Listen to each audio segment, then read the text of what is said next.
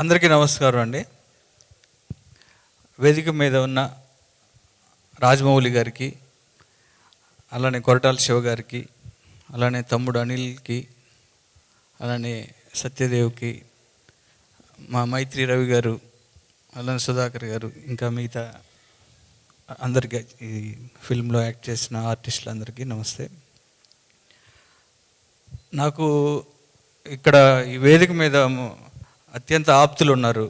నాకు ఫస్ట్ శివ గారు ఈ పర్టికులర్గా ఈ ఫిలిం కృష్ణమ్మ అనే దానితో ఆయన ప్రజెంట్లో వస్తుందంటే శివ గారి ఫిలిమ్స్ ఎలా ఉంటాయో మనందరికీ తెలుసు.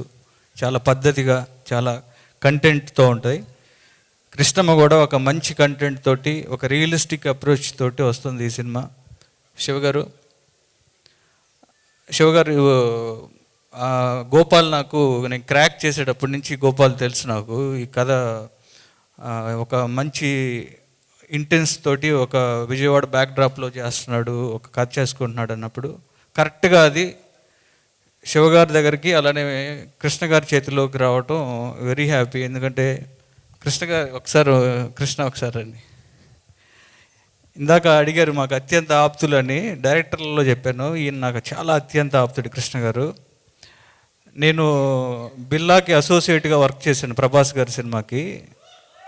ఆ సినిమాకి కృష్ణ గారు వచ్చి ఎగ్జిక్యూటివ్ ప్రొడ్యూసరు. 90 days మేము మలేషియాలో షూటింగ్ చేస్తే నా రూమ్మేట్ ఈయన. అంటే ఈయన ఎప్పుడు నిద్రపోయేవాడో తెలిసేది కాదు నాకు అసలు. 90 రోజులు నాన్ స్టాప్గా ఒక షూటింగ్ చేయటం అంటే గ్యాప్ లేకుండా. కృష్ణ గారు ఆ రోజే సినిమా అంటే చాలా ప్యాషన్తో ఉండేవాడు. ఈయనకి ఇండస్ట్రీలో కృష్ణ గారికి చాలా మంచి మిత్రులు ఉన్నారు.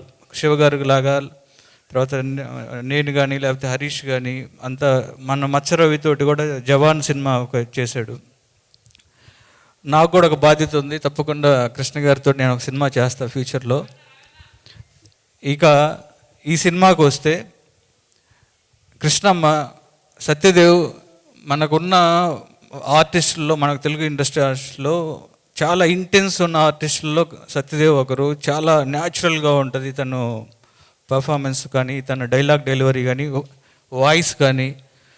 ఇందాక కృష్ణమ్మలో క్యారెక్టర్ చూస్తుంటే చాలా ఇంటెన్స్ ఉంది.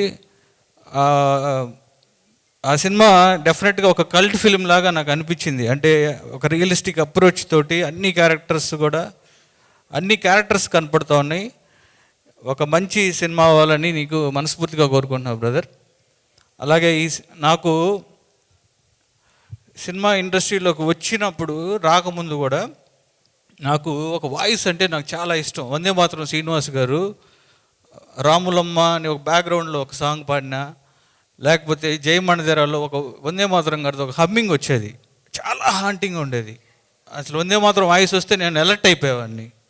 అలా ఈ మధ్య కాలంలో కాలభైరవ వాయిస్ వింటే, బ్రదర్ నిజంగా చెప్తున్నా, ఇక్కడ రాజమౌళి గారు ఉన్నారని చెప్పట్లేదు, నాకు మీ వాయిస్ చాలా ఇష్టం.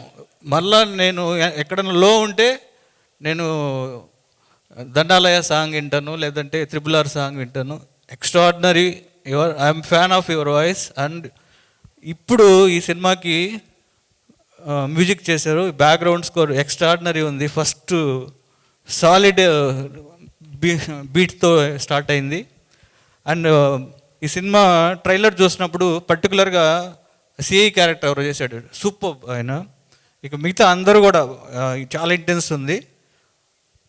ఈ సినిమా May 10న రిలీజ్ అవుతుంది. సినిమా పెద్ద హిట్ అవ్వాలని మనస్ఫూర్తిగా కోరుకుంటూ థ్యాంక్ యూ గోపి గారు.